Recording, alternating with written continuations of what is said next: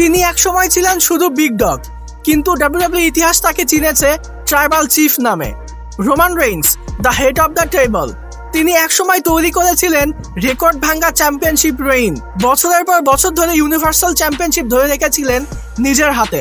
রেসেলম্যানিয়া থেকে SummerSlam, Royal Rumble থেকে Survivor Series, প্রতিটি বড় বড় স্টেজে তিনি প্রমাণ করেছিলেন why he is the greatest of this এরা।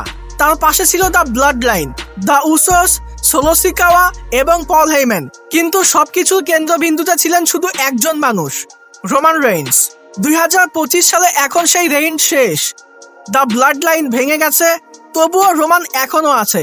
রাজত্বের সব গর্জন থেমে গেছে, কিন্তু রাজা তার দমনে কোনো ছাড় দেয়নি। তার শক্তি, তার ডমিনেন্স আর এরা, এগুলো এখনো অক্ষত।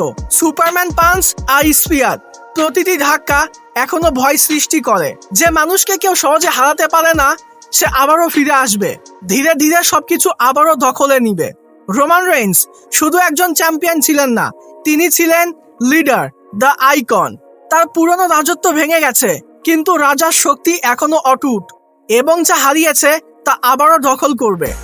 And now, when we look back, one thing is clear: we were lucky to witness the era of Roman Reigns, and the king is coming back to claim it all.